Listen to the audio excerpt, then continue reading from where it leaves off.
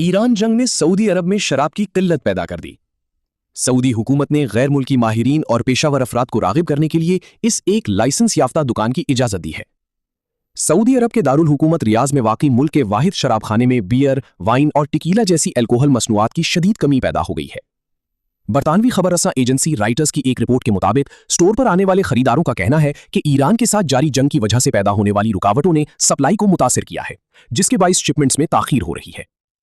रियाज के diplomatic district में वाकई इस स्टोर का कोई नाम या बोर्ड नहीं है और इसे 2024 में गैर मुस्लिम सिफारतकारों के लिए खोला गया था, जबकि गुज़िश्ता साल इसकी रसाई अमीर गैर मुस्लिम गैर मुल्कियों तक भी बढ़ा दी गई थी।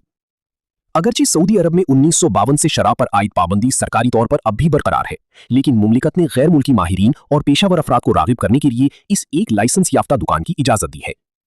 हालिया दिनों में स्टोर का दौरा करने वाले 5 अफराद ने बताया कि अब वहां अलमारियां तकरीबन खाली पड़ी हैं और सिर्फ चंद महंगे या गुमनाम ब्रांड्स ही दस्तयाब हैं।